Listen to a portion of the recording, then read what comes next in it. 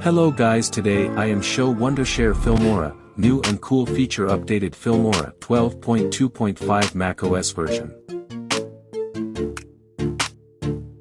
Filmora launched auto thumbnail during save videos.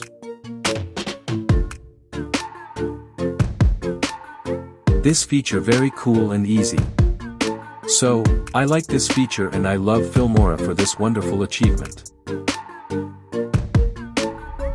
What are you thinking about this feature of Filmora?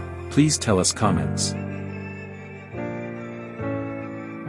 If you like this video, please share and subscribe. Thank you for watching.